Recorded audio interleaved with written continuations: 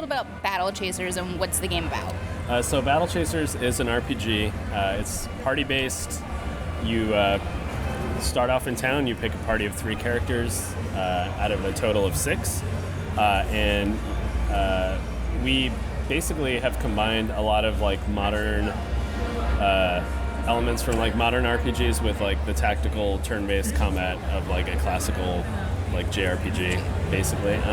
So it's like an interesting hybrid. It follows. There was a comic book series years ago that I did that. If readers of the comic will be excited about it, but we're really trying to make the game accessible to anyone that's not familiar with it. So like pick up and play it. You don't need to have a background with it. Yeah, it's a completely self-contained story. We reintroduce all the characters, and in the comic book, you followed a character called Gully, who's a young girl, and her father is a legendary hero. He's missing, and he leaves his gloves, and it gives her superhuman strength, basically. So she's actually the tank of the group in the game. All the characters from the comic are playable in the game, pretty much.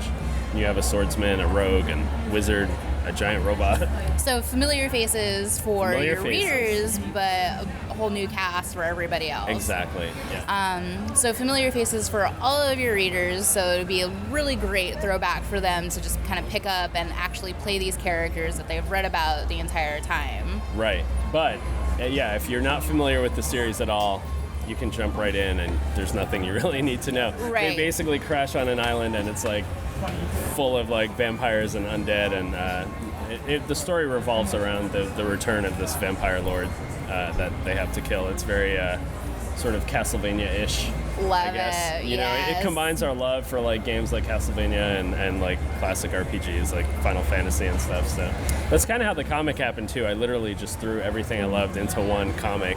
And just rolled with it. Yeah, it's like fantasy, robots, all that stuff. It's cool. You're like, it's a big old hodgepodge, but I want to make it work. Yeah. Gosh darn it. Does the game follow after the comic, or does it follow the comic stories?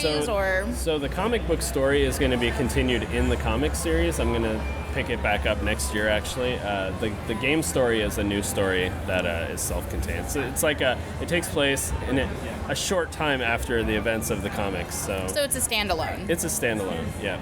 Okay, great. And it's purposely nebulous in the timeline so that it's not, like I'm kind of leaving it open for what I want to do in the comics. That's how I really like games too, where they're influenced by comics or they're taking place within the universe, because it's like it can be with anywhere in your time frame. So people aren't really trying to figure out like exactly where it is and if it's influencing your main storyline or vice versa. So it's a standalone that kind of like could be inputted really anywhere between the adventures. Right, exactly. Yeah. That's great. So why did you decide to do an RPG versus like, let's say, a tactical turn-based or a different kind of genre for video games? For us, I mean, a lot of our team also worked on Darksiders, which was like a console action game.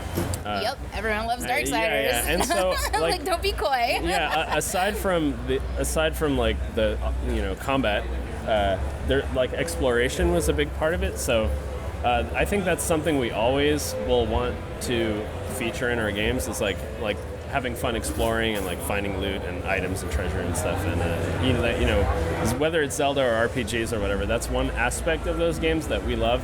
So we knew we didn't want to just do like a tactical like squad-based combat game or whatever. It had to have exploration. And then for the combat though,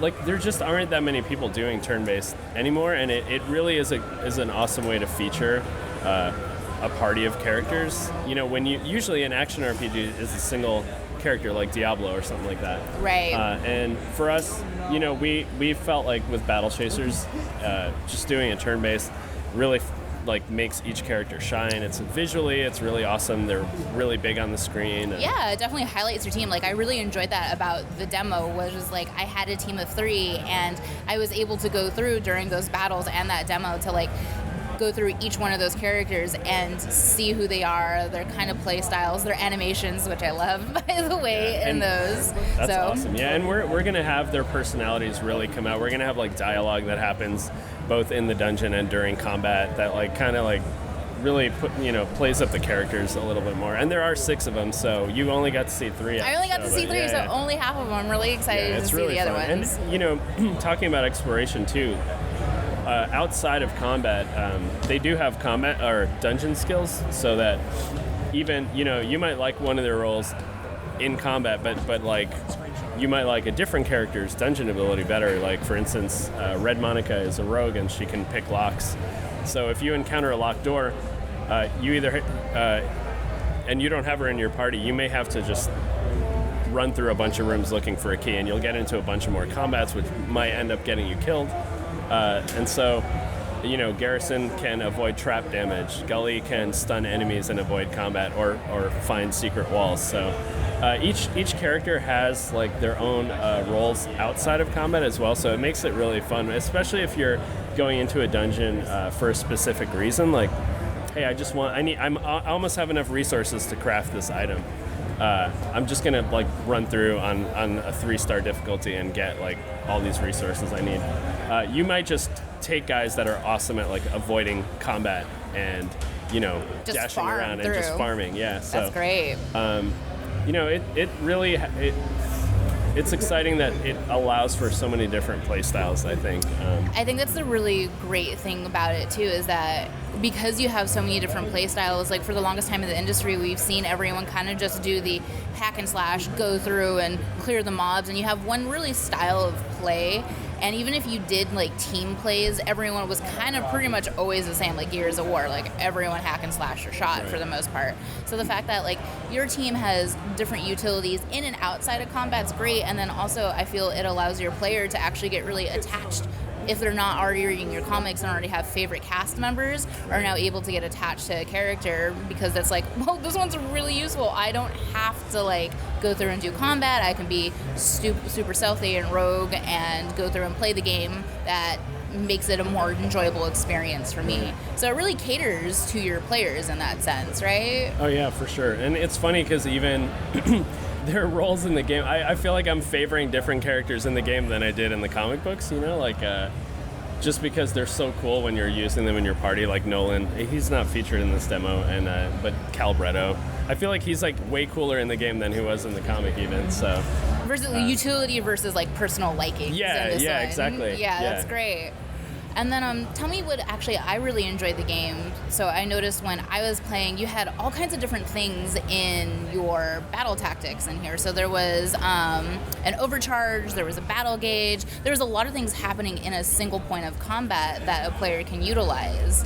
Right, so there is a lot of hidden depth there, and we actually worried about, like, when you're playing an RPG at a big show like PAX, it's kind of hard to really sit down and digest all of that stuff that's coming at you at once. But the system is pretty cool. I think the overcharge you mentioned basically gives you temporary mana throughout the battle. Like you have instant attacks that are immediate, and they just generate a little overcharge, and then the reason we did that is because usually when you go through an RPG, you tend to like want to be stingy with your mana, and like you'll keep using basic attacks because you're like, oh, there might be a boss around the corner, and you have all these awesome attacks but you never use them, or you just bring a ton of potions and then you use all your big AoE attacks and then you just drink a potion after each fight. And so it's fine. That strategy is like, there's no strategy. So right. We're like, hey, let's give people tons of temporary mana so that they can use all their best abilities like often and not have to really worry about it. I mean, you do have to generate it. It's also cool in a pinch if you like ran out of mana potions. Now your mage isn't worthless. He can build it back up. He can build up this overcharge. So, and then there are characters that have that use it differently. Like Garrison's not a spellcaster, and so he can actually, with some of his attacks, convert that overcharge into extra damage. So bleed effects. Yeah, exactly. Which I saw. And also he has Warblade, which for every point of overcharge you have, it does extra damage. So you in a long fight, you know Warblade's like an okay damaging move, but in a long battle, with all that extra overcharge added to it, it starts to do like tons It does a ton of damage. I got in trouble at the end of the demo with that boss fight. Yeah. I made a really bad mistake at the beginning where I made Gully taunt because I knew she was supposed to be the tank. But I think I saw you do that, and I was she like, taunted a little too well, so she was taking the abuse the entire match. So I ended up just using Warblade consistently with the bleed to actually get myself out of the situation I put myself into. Yeah, and then you probably, hopefully, also used his burst meter. Yeah. What's it called? That was going all the time. I was like, look at that bleed, and it stacks. And that one, so the burst meter actually fills up in combat whether you are taking damage or dealing damage, and that carries over into other fights. So you can save it. You can let's say you're about to fight a boss, you can actually like beat up 2 or 3 weak combats just to fill up that bar, and then go into the boss with like your full rage meter. I keep calling it a rage meter. That's what I thought it was too, though. I mean, it's the battle burst. The battle burst. So you have the overcharge, which is pretty much only in your single point of combat that encounter that you gone. have. If you don't use it, it's gone. Use it or lose it. Might as well use it. Yeah. Yeah, and then you have your battle gauge or your battle burst. I'm sorry. Right. Which is something you can like build up and stack over time. Like for instance, that boss battle at the end, which I'm really glad I held onto all of my battle gauge for. So use it or lose it, and then you have one that just kind of stacks the and entire one cool time. thing that we haven't showed here is that you actually equip the battle burst abilities in town, so you can actually choose which ones to bring. So you may pick a couple of like cheap 100 point bursts for garrison, or you might just have like 3 that are like 300 points, and then it's risky because it takes so much longer to build up that much, but each character does have different bursts, and you'll be able to equip them before you go to the dungeon. Right now we only have one for each character. But it puts it more into a tactical perspective of not just now you're doing turn-based in your encounters, but also before you go into a dungeon, before you go into fights, you're sitting there thinking about what moves would be most beneficial for synergy-wise and against this boss or against these encounters. Yeah, there's the preparation aspect, and like you mentioned, synergy. People have asked if there's like super combos between certain characters. It's not that dramatic, although it'd be awesome if we could do it. But there is a synergy where, for instance, Nolan has a move that combusts burning enemies, and so it does okay damage, but against an enemy that's already on fire, they'll explode and do area effect. So you might have noticed Calibretto has a lot of flame attacks, and so if he sets a couple of enemies on fire, and then Nolan like explodes them, it does like a ridiculous amount of damage. So they're really good in a group together. And there's like cool combos like that. Calibretto also does extra damage on bleeding enemies, and you might have noticed when Garrison bleeds, Calibretto's Obliterate does more damage to them. Right. Stuff like that. So over time, you'll kind of figure out like, ooh, I like having Monica and Garrison in a party together for this reason. Right. Again, utility, like they just work better that way together. So I know that there's tons of great things that are happening in that combat system. What else really makes your game unique, different from other role-playing games or RPGs that are currently out? I think definitely, the fact that people have commented that the dungeons look so good that they can't believe they're randomly generated, because I had a hard time believing that was randomly generated they look really too. handcrafted, and further,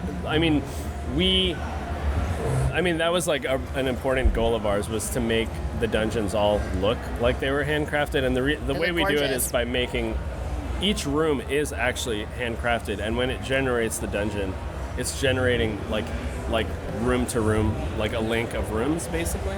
Not like just some weird procedural like mess. Right. So you basically have everything kind of designed out, and then the system then kind of like generates the pieces of what's appropriately going where for you. Right. But then within each room, there's stuff that turns on and off. Like there may be a trap there one time, and the next time it may be a series of gates, like a gate puzzle, and the next time it might be empty.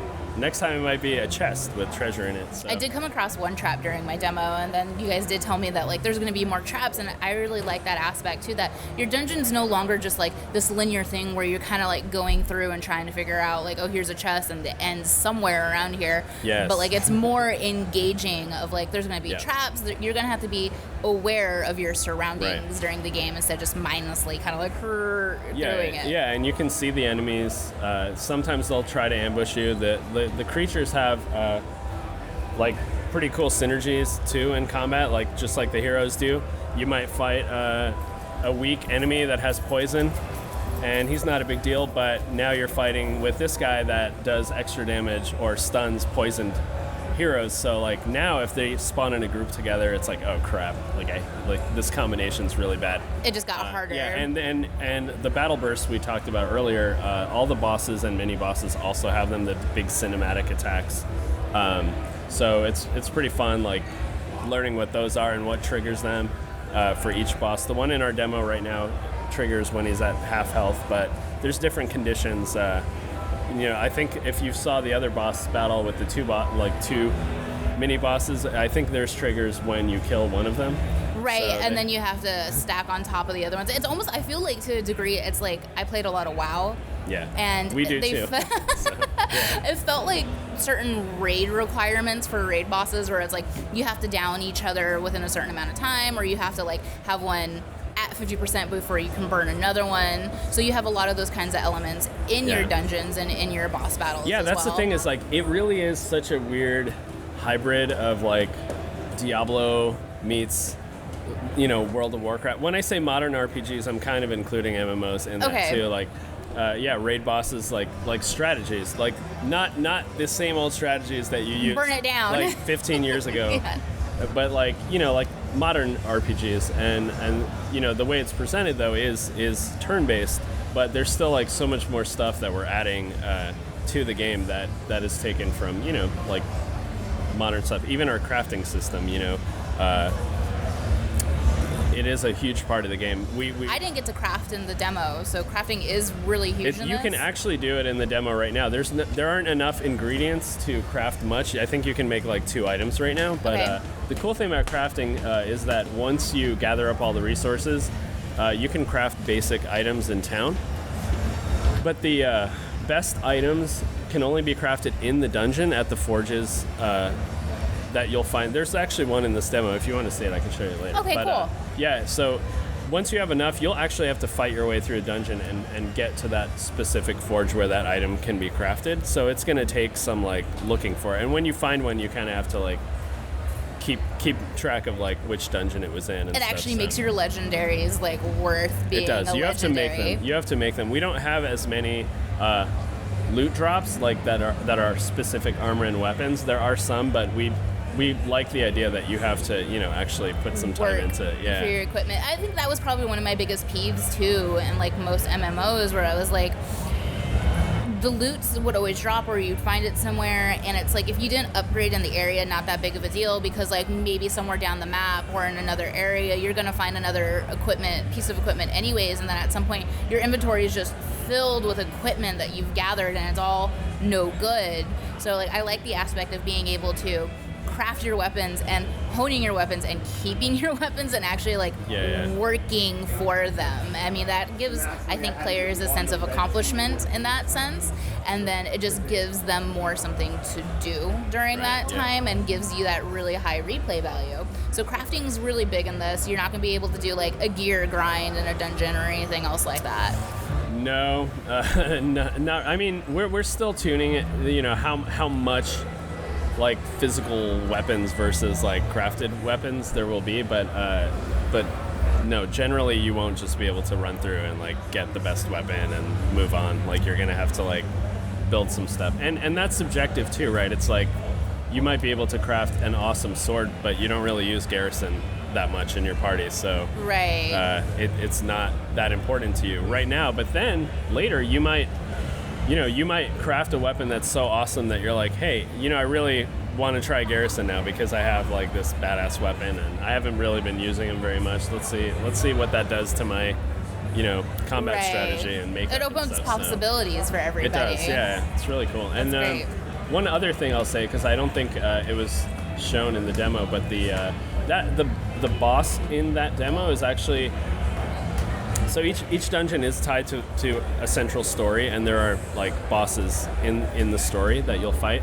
The one you saw here, the Ancient Construct, is actually a rare spawn that will happen when there's a character called the Beastmaster, and you have a bestiary. It collects all the information on every creature you fight in the game and tells you like all their special abilities and all that stuff. It's really fun. It's like an encyclopedia, and there's a character called the Beastmaster that sort of tracks all that information, and when you fulfill certain requirements for him, he'll actually unlock new like boss locations on in the dungeons. So if he had already unlocked the ancient construct, he now has a chance to spawn every time that you come in to this particular dungeon, and so he wouldn't spawn there before until those requirements are met. And so when you defeat him, he actually drops a really high level crafting component for a Calibretto, a piece of Calibretto's weapon.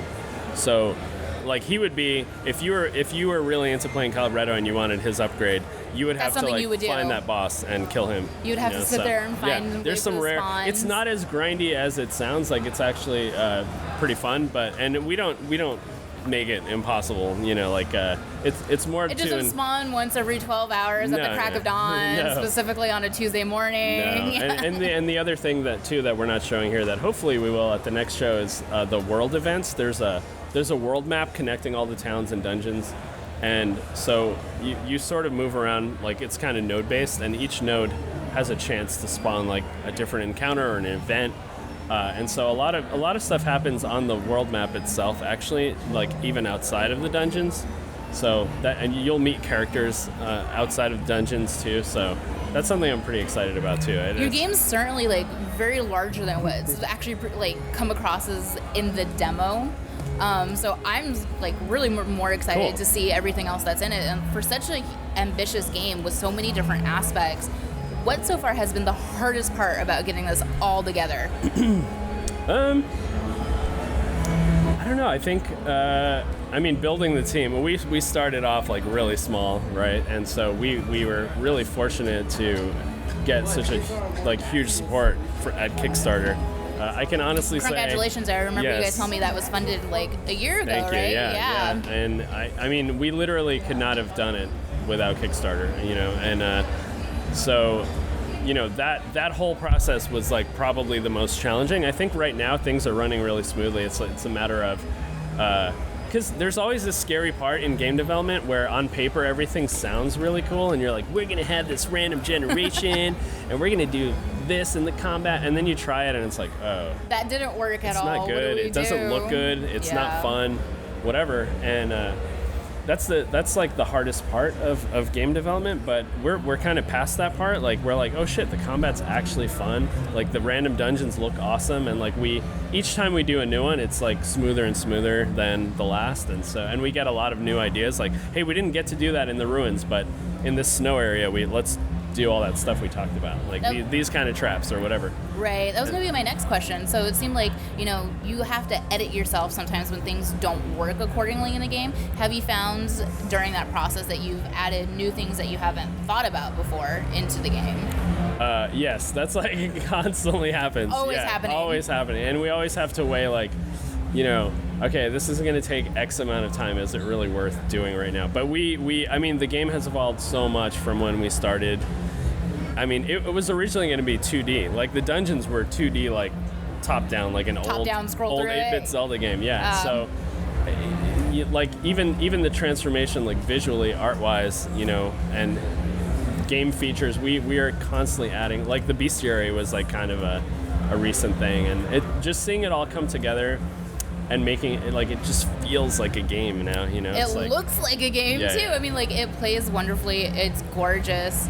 Your Kickstarter supporters are definitely not going to be disappointed in this. I want to let you know flat out Thank you. now. No, like, it's so good to hear. You're like, oh my gosh, that's like a weight off.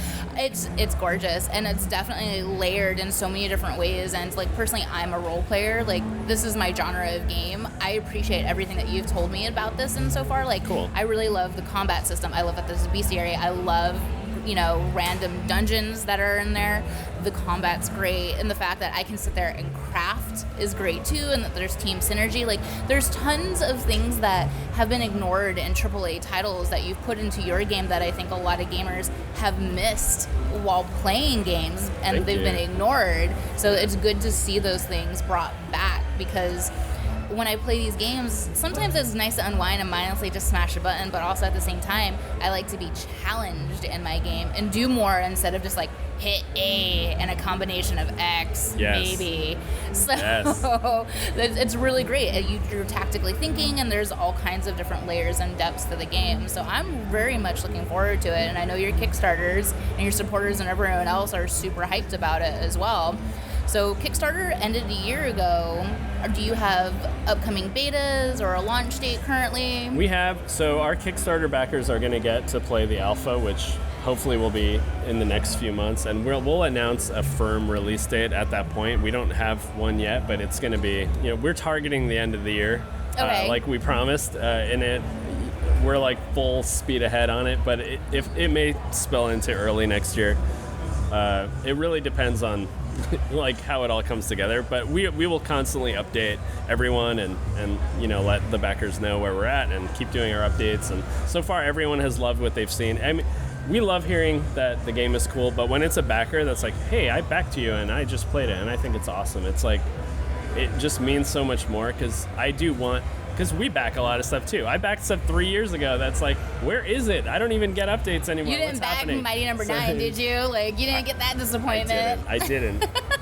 But there are a couple of games that I will not mention that I'm still waiting for, but it's cool. I get it. It's like, it's hard making games. But we really appreciate it, and people have asked. Sometimes we'll get people that are like, why'd you make an RPG? Make another Darksiders game. Why turn-based? I hate turn-based games. And it's like, for us as a studio, we're really small, and we work in games because we love games. No one on the team is like, I want to be rich, so I'm working in the game industry. It's like, you don't come into the game industry to be rich, guys. Yeah, maybe a turn-based RPG isn't the sexiest thing around right now, but that's what we love. And I think that when you're appreciating the things that I'm telling you, like, I like that as a player.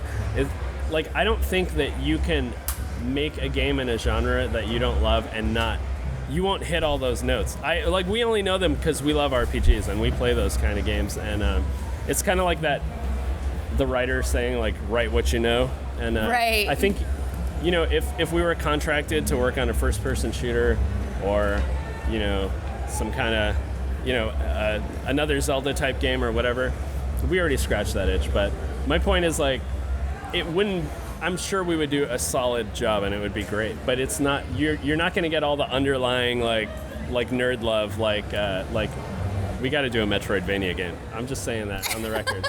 That's like my next thing. But we all play RPGs, we love them, we play WoW, we play everything. Like, we just go into this going like, well, in Suikoden 2 there was this, and like, no, what about Bravely Default?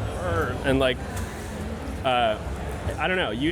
Unless you love those games, I don't think you can do a good job on them. So that's why we're doing it. That's why we're doing turn-based. That's why we're doing it. We want to make this game. And, but also at the same time, too, like, after talking with you and learning about your game and the origins of it and everything else, it makes so much sense for it to be a role-playing. It makes a lot of sense for it to be tactical or turn-based. Like, there's reasons why you make those decisions, and it's to highlight characters, to highlight the story, or also, like you said, like, play what you know. Like, if you're going to do something, make sure it's something you love and you do it well and that you're well versed in it. So you deliver and execute a great game, which you are doing. Like, it's a fabulous game. So I personally see nothing wrong. Awesome. Yeah, I mean, Darksiders was like, we all wanted to make a Zelda game, and we're like, we knew how it was going to play and how it was. We didn't know like the theme. It got really dark and there was like angels and demons and stuff, but we knew that we wanted to like make that kind of game with lots of adventure and exploration and awesome boss battles, and so this time out it's an RPG, and I think you've absolutely achieved it with this. I cool. mean, it's great all the way around. I'm absolutely looking forward to it. Was there anything else that you wanted to say to your supporters or people looking forward to the games? Just, thank you.